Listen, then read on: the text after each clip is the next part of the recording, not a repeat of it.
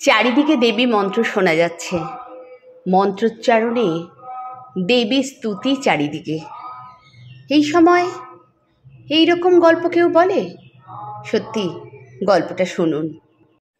বিয়ের পরপরই গর্ভধারণ করতে এক প্রকার বাধ্য হলাম। আমার বয়স তখন মাত্র 20। বাবা মা এত অল্প বয়সে এই কারণেই বিয়েতে রাজি হয়েছেন যে ছেলের পরিবার ছোট, ছেলেটা ভালো চাকরি করে এবং তারা কথা দিয়েছিল বিয়ের পরেও আমাকে পড়াশোনা করাবে। কিন্তু কিসের কি, হানিমুন সেরে আসার পরেই আমার শাশুড়ির বায়না উনি একটা নাতি চান। তখন আমার বয়স কম, স্বাভাবিকভাবে খুব লজ্জা পেলাম সবার সামনে যখন উনি এই কথা বললেন। সেদিন রাতে দেবাশিস খানিকটা লজ্জা মাখা কণ্ঠে বলল, নবনী, আসলে বুঝতেই পারছো, মা সেকেলে মানুষ, আর বাচ্চা তো আজ হোক কাল হোক আমাদের নিতেই হবে, তাই না? আমি একেবারেই বিষয়টাতে প্রস্তুত ছিলাম না। আসলে বিয়ের ব্যাপারেই আমি প্রস্তুত ছিলাম না। আর এই মুহূর্তে মা হওয়া আমার কাছে পর্বত সমান কঠিন মনে হলো। পরদিন বাড়িতে দেবাশিসের বড় বোন দীপাদি আর তার হাজব্যান্ড এলেন, দুজনেই ডাক্তার। সান্ধ্যকালীন চা নাস্তার টেবিলে মা আবার সেই একই কথা তুললেন। আমি লজ্জায় জড়সড় হয়ে গেলাম। দিদি খানিকটা হেসে আমাকে অভয় দিয়ে বললেন, শোনো, অত ভয়ের কিছু নেই। মানুষ ডাক্তারের এখানে সিরিয়াল দিয়ে ঘন্টার পর ঘন্টা অপেক্ষা করার ভয় পায়, কিন্তু তুমি খুব লাকি, ডাক্তার নিজে এসে তোমার সিরিয়ালের জন্য অপেক্ষা করবে। সবাই হেসে উঠল। আমি কিছুটা সাহস পেলাম। শোনো বৌমা, আমি জানি তোমার বয়স খানিকটা কম, কিন্তু তোমার বয়সে আমি 2 বাচ্চার মা হয়েছি। তারপর শারীরিক জটিলতার কারণে আর সন্তান ধারণ করতে পারিনি। তোমার ভয় পাওয়ার কিছু নেই। আমার নাতিকে লালন পালনের দায়িত্ব সম্পূর্ণ আমার। তুমি শুধু কষ্ট করে জন্ম দেবে। আমি খানিকটা আমতা আমতা করে বললাম, না মা, আসলে সেরকম নয়। আসল সমস্যাটা হচ্ছে আমি একদমই তৈরি না। আরে বাদ দাও তো, বাচ্চা পেটে আসলে এমনিতেই দেখবে নিজের মধ্যে কেমন একটা মামা ভাব চলে আসবে। আর আমরা তো আছি, ভয় পেও না। আমার বয়স হয়ে যাচ্ছে, কখন আছি কখন নেই একটা বংশপ্রদীপ দেখে যেতে চাই। উনি আমার মাথায় হাত বুলিয়ে দিলেন। আমি খানিকটা স্বস্তির নিঃশ্বাস ফেললাম এবং নিজের মনের সাথে যুদ্ধ করতে লাগলাম। এক সময় মনকে প্রভাবিত করতে পারলাম না। ভগবানের কৃপায় আমি গর্ভধারণ করলাম। আমার বাবা মা খুশি হলেও মায়ের মনে একটু দ্বন্দ্ব ছিল, কারণ আমার পড়াশোনাটা ততদিনে বন্ধ হয়ে গেছে। যদিও ওই বাড়ি থেকে আশ্বাস দেওয়া হয়েছে বাচ্চা হয়ে যাওয়ার পর আমি আবার পড়াশোনা আগের মতো চালিয়ে যেতে পারবো। আমার যত্ন আত্মি দ্বিগুণ পরিমাণ বেড়ে গেল। এর মধ্যে দীপা দিদি আমার সমস্ত ধরনের পরীক্ষা নিরীক্ষা করিয়ে নিয়ে এসেছেন। যখন আমার 4 মাস পূর্ণ হলো, দিদি আবার আমাকে তার হসপিটালে নিয়ে গেলেন। আমি আসলে যেতে চাইছিলাম না, রক্ত দিতে আমার ভীষণ ভয় করে। দিদি হেসে বললেন, রক্ত দিতে হবে না, শুধু আল্ট্রাসোনোগ্রাফি। যদিও আগে তা করা হয়েছিল, রক্ত দিতে হবে না শুনেই আমি খুশি হয়ে সঙ্গে সঙ্গে রেডি হয়ে গেলাম। কিন্তু আল্ট্রাসোনোগ্রাফি করার পরেই দিদির মুখে একটা চিন্তার ভাঁজ পড়ল। আমি বুঝলাম কিছু একটা গণ্ডগোল হয়েছে। ডিনারের টেবিলে সবাই আছে, এরকম সময় শাশুড়ি বলল, শোনো বৌমা, এই বাচ্চাটা আমরা রাখবো না। আমি জল খাচ্ছিলাম, কথাটা শুনেই বিষম খেলাম। মুখ দিয়ে অস্ফুট স্বরে বের হলো, কেন?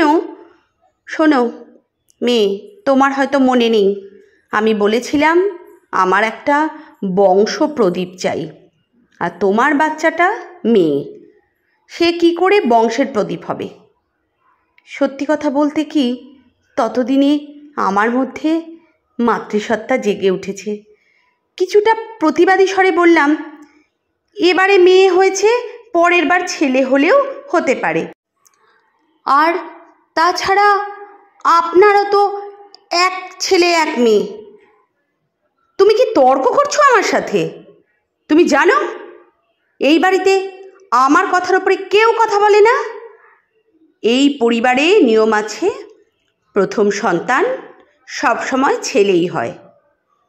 জানি না কি কুলক্ষণে তোমাকে বউ করে এই বাড়িতে এনেছিলাম। আর যদি আমার বাচ্চা আমি পৃথিবীতে আনি তাহলে? আমি কিছুটা কড়া গলাতেই বললাম। দেবাশিসের দিকে তাকিয়ে দেখলাম সে চুপচাপ খেয়ে যাচ্ছে। পারবে না, শাশুড়ির থমথমে উত্তর।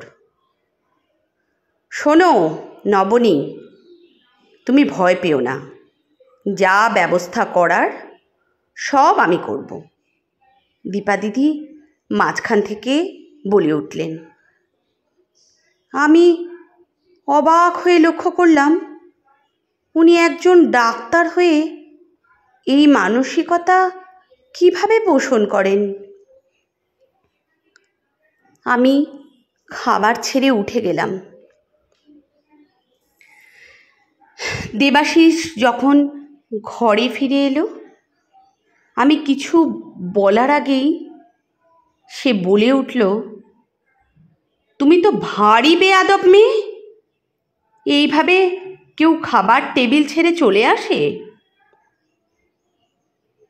তোমার মা দিদি এইভাবে কথা বলার পরে তুমি আশা করছো আমি ভদ্র ব্যবহার করে তাদের সাথে খাওয়া শেষ করব? বুঝতে চেষ্টা করো, এখনো সময় আছে। হয়তো বাচ্চাটা নষ্ট করা যাবে, এরপর কিন্তু দেরি হয়ে যাবে। তখন তোমার জীবনের ওপর ঝুঁকি আসতে পারে। আমি সেসব নিয়ে ভাবছি না। আমি বাচ্চাটা জন্ম দেব, ও আমার সন্তান, আমার ছায়াতলে বড় হবে। ভগবান নির্ধারণ করে দিয়েছেন কোন সন্তান ছেলে হয়ে জন্ম নেবে আর কোন সন্তান মেয়ে। আর তাছাড়াও এই জন্য আমি দায়ী না। তুমি তো সায়েন্স ভালোই বোঝো। বাচ্চা ছেলে হবে নাকি মেয়ে হবে তার দায়ভার বাবার। তাহলে সেটা কেন আমি বহন করতে যাব? কথাটা শেষ হবার আগেই একটা থাপ্পড় খেলাম। দেবাশিস আমার উপর হাত তুলেছে। এ যেন অবিশ্বাস্য ব্যাপার। দিন দুয়েক পরে আমার প্রচণ্ড রকম পেটে ব্যথা শুরু হলো, সেই সঙ্গে রক্তপাত। আমার বুঝতে বাকি রইল না এতদিন যে ওষুধগুলো খাচ্ছিলাম তা আমার হাজবেন্ড বা শাশুড়ি নিজ হাতে খাইয়ে দিতেন দিদির প্রেসক্রিপশান অনুযায়ী। হয়তো সেই ওষুধ বদলে গেছে, তাদেরকে আমার বিশ্বাস করা উচিত হয়নি। আমার সন্তান হয়তো দুনিয়াতে আসার আগেই মারা গেছে। এই কষ্ট আমি কোথায় রাখি? দিদি নিজেই বাড়িতে আমার চিকিৎসা করলেন, স্যালাইন ট্যালাইন সহ আরও নানান পদের ইঞ্জেকশান দিয়ে একাকার অবস্থা। রক্তপাত কমল, কিন্তু হৃদয়ের রক্তক্ষরণ কমল না। সব কিছু শোনার পর বাবা মা আমাকে বাড়িতে নিয়ে এলেন। আবার ডাক্তার, হসপিটাল, আল্ট্রাসোনোগ্রাফি সব কিছু করা হলো। সে যেন এক বিভীষিকাময় দিন। ডাক্তার আল্ট্রাসোনোগ্রাফি রিপোর্ট দেখে বললেন ভিতরের ময়লা পরিষ্কার হয়ে গেছে। কেন জানি না আমার কান্না পেয়ে গেল। আমার বাচ্চাটাকে ময়লা বলা হচ্ছে। আমি আর ওই বাড়িতে ফিরে যাইনি। মাঝে মাঝে চমকে উঠি, এত শিক্ষিত একটা পরিবার এই ধরনের মনোভাব পোষণ করে কিভাবে? বাবা আমার মাথায় হাত বুলিয়ে বললেন, মামুনি, আমি জানি কোনো বাবাই এই ধরনের কথা বলবে না, কিন্তু তুমি ওই পরিবারে সুখী হতে পারবে না। ভুলটা আমাদেরই হয়েছিল, কিন্তু কি করে বুঝবো মা? আদরের মেয়েকে জলে ফেলতে যাচ্ছি।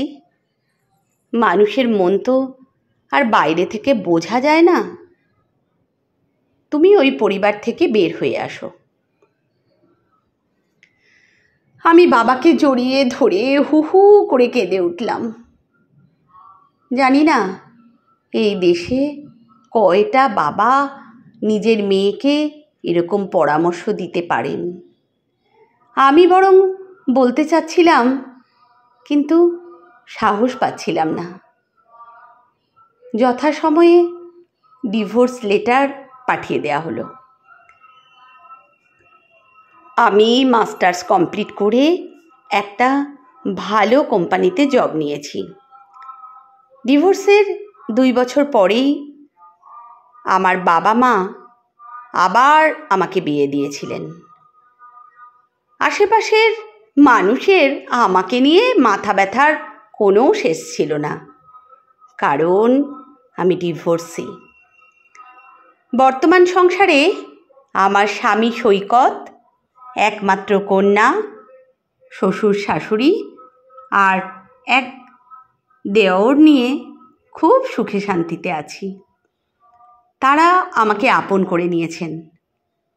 অফিস শেষ করে গাড়িতে বসে সৈকতের অফিসের সামনে অপেক্ষা করছিলাম। আমার ফেরার পথে ওর অফিসটা পড়ে। দুজন একসাথে বাড়িতে ফিরব। প্রায় রোজই এরকম হয়। আজ বোধহয় ওর কাজের চাপটা একটু বেশি। আমাকে ফোন করে খুব সরি টরি বলে 10টা মিনিট অপেক্ষা করতে বলল। আমি মনে মনে হাসলাম, এই মানুষটা পাগল। চাকরি আমিও করি, জানি যে কোনো সময় যে কোনো ইমার্জেন্সি হতেই পারে, এই জন্য এত সরি বলার কিছু নেই। হঠাৎ লক্ষ্য করলাম দেবাশিস হেঁটে যাচ্ছে। কেন জানি না নিজেকে কিছুটা আড়াল করতে চাইলাম, কিন্তু ওর চোখে পড়ে গেলাম। তোমার সাথে একটু কথা বলতে চাই। আমি আপনাকে চিনি না আর কথাও বলতে চাই না। Please 5 minute. আমি নামলাম। বলুন, কি বলতে চান? চলো কোথাও বসি। অসম্ভব, এক্ষুনি আমার স্বামী চলে আসবে। ও কিছুটা থতমত খেয়ে গেল। তুমি বিয়ে করেছো? না করার তো কোনো কারণ নেই। আর আমার একটা কন্যা সন্তান আছে, ঠিক যেন ভগবানের পাঠানো কোনো দেবী। হয়তো প্রথমবার সে আসতে পারেনি। সরি, ভুল বললাম, তাকে আসতে দেওয়া হয়নি, তাই দ্বিতীয়বার আমার কোলেই এসেছে। খুব ঝাঁঝালো সুরেই বললাম, আমাকে মাফ করো নবনী। এতদিন পর এই কথা শুনে আমি হেসে উঠলাম। হঠাৎ মাপ চাইছেন কেন? জানো, তুমি আমার বাড়ি ছেড়ে আসার পরপরই আমার চাকরিটা চলে যায়। মা সিঁড়ি থেকে পড়ে গিয়ে স্পাইনাল কর্ডে ব্যথা পায়। তারপর থেকে প্যারালিসিস হয়ে গেছে 2 পা। যেন লক্ষ্মী আমার ঘর ছেড়েছে। তাতে কি, আপনার বোন ডাক্তার, তার নিশ্চয়ই আরও অনেক ডাক্তার বন্ধুবান্ধব আছে, তাদেরকে বলে সারিয়ে নিলেই হয়। দিদির অবস্থা ভালো না, সারাক্ষণ ঘরে খিল দিয়ে থাকে, নয়তো ঠাকুর ঘরে পড়ে থাকে। ওর ডিভোর্স হয়ে গেছে। আমি একটু চোখ তুলে তাকালাম। দিদি কোনোদিন মা হতে পারবে না, এটা জানতে পেরে জামাইবাবু তাকে ছেড়ে দিয়েছে। আমি জানি না এই ধরনের বিষণ্ণ খবরে আমার কেন হাসি পেয়ে গেল। হয়তো আমার প্রথম সন্তান কেড়ে নিয়েছে বলেই ভগবান তাকে আর সন্তান সুখ দেননি। তা এখন আপনি আমার কাছে কি চান? আমাদেরকে ক্ষমা করে দাও নবনী। চেষ্টা করব। আপনি এখন চলে যান। দূর থেকে দেখলাম সৈকত হাসি মুখে এগিয়ে আসছে। আমি হাত নাড়লাম। দেবাশিস অল্প দূরত্ব গিয়ে দাঁড়িয়ে আছে। সৈকত ঘামে ভেজা শরীরে রাস্তায় দাঁড়িয়ে আমাকে হালকা করে জাপটে ধরে বলল, সরি, তোমাকে অনেকক্ষণ অপেক্ষা করিয়ে রেখেছি, এবার চলো যাই। দুজনে গাড়িতে উঠে বসলাম। সৈকতের একটা ফোন এসেছে, ও কথা বলছে। আমি রাস্তার অন্ধকারের দিকে তাকিয়ে ভাবতে লাগলাম, কি যায় আসে ওদের জন্য এখনও মনের মাঝে ঘৃণা পোষণ করে রাখার? ক্ষমাতেই হয়তো প্রশান্তি। কোথায় যেন শুনেছিলাম, যার সাথে অন্যায় করা হয় সে যদি নিজে ক্ষমা না করে তাহলে স্বয়ং সৃষ্টিকর্তাও অন্যায়কারীকে ক্ষমা করেন না। আমি মনে মনে বললাম, তোমাদেরকে ক্ষমা করে দিলাম। সৈকত আমার দিকে তাকিয়ে বলল, কাকে ক্ষমা করলে? আমি একটু লজ্জা পেয়ে বললাম, মনে মনে না বলে হয়তো কথাটা আমি জোরেই বলে ফেলেছি। কিছু না, ওই দেখো ফুচকার স্টল, চলো ফুচকা খাবো। সৈকত কপট বিরক্তির ভাব দেখিয়ে গাড়ির দরজা খুলে আমাকে হাত ধরে নামালো। কি সুন্দর স্নিগ্ধ সন্ধ্যা! এই একটা সন্ধ্যার জন্যই দেবাশিসের পরিবারকে ক্ষমা করা যায়। ওদের ওই ব্যবহার না পেলে হয়তো আমি সৈকতকে পেতাম না। গল্পের নাম ক্ষমা, লিখেছেন নিশি। ফেসবুক থেকে পেয়েছি। দেখুন চারিদিকে দুর্গা মন্ত্র। এই দুর্গা শক্তির রূপ। এই দিনে এই রকম একটা গল্প শুনলে নিজেকে অনেকটা আত্মবিশ্বাসী লাগে। আমরা মেয়েরা সব সময় যেন হেরে যাই। আমাদের আসলে হারিয়ে দেওয়া হয় না, আমরা নিজে থেকে হেরে যাই। মা দুর্গা যেমন অশুভ শক্তিকে বিনাশ করেছিলেন এই অষ্টমী পুজোর সন্ধিক্ষণে, তেমনি অশুভ শক্তির বিরুদ্ধে আমাদের মেয়েদের লড়তে হবে। নিজের মনকে এইভাবে তৈরি করতে হবে যে না, আমরা সবসময় পুরুষের কামনার পাত্র হব না। নিজেকে সেই পুরুষের মন ভুলানি রূপে তৈরি করব না। নিজেকে তৈরি করব সেই রূপে যেখানে সব কিছুর শক্তি আমরা নিজেদের মধ্যে ধারণ করতে পারি। আজকে দুর্গাপুজোর সময়ে নিজের জীবনের একটা কথা মনে পড়ে গেল। ভবিষ্যতে জানি না তোমাদের সাথে আমার গল্পটা কোনো দিন শেয়ার করতে পারবো কি না। যদি অনেক অনেক জায়গায় নিজের কথাগুলো বলতে পারি, কোনো একদিন হয়তো আমার গল্পটাও তোমরা শুনতে পাবে। খানিকটা এই রকমই গল্প। বুঝতে পারিনি সেদিন নবনীর মতো আমিও হেরে গেছিলাম। আসলে আমার মাথায় হাত বোলানোর মতো কোনো পরিবার ছিল না, আমার বাবা ছিল না। একা অসহায়ভাবে পারিনি লড়তে। আজকে তাই মনে হলো তোমরা সবাই নবনীর পরিবারের মতো একটা যদি পরিবার পেয়ে যাও না, দেখবে অনেকটা জিতে গেছো। আর তোমরা একইভাবে ঠিক মাতৃসুলভ অহংকারে ক্ষমা করে দিও। কারণ আমরা মেয়েরা ক্ষমা করে দিই জীবনে তাদেরকে যারা আমাদের যোগ্যই নয়। গল্পটা কেমন লাগলো জানিও। আর চ্যানেলটা সাবস্ক্রাইব করো, তাহলে তোমাদের অনেক অনেক কাছে যেতে পারবো। এটাই শুধু আমার একমাত্র চাওয়া।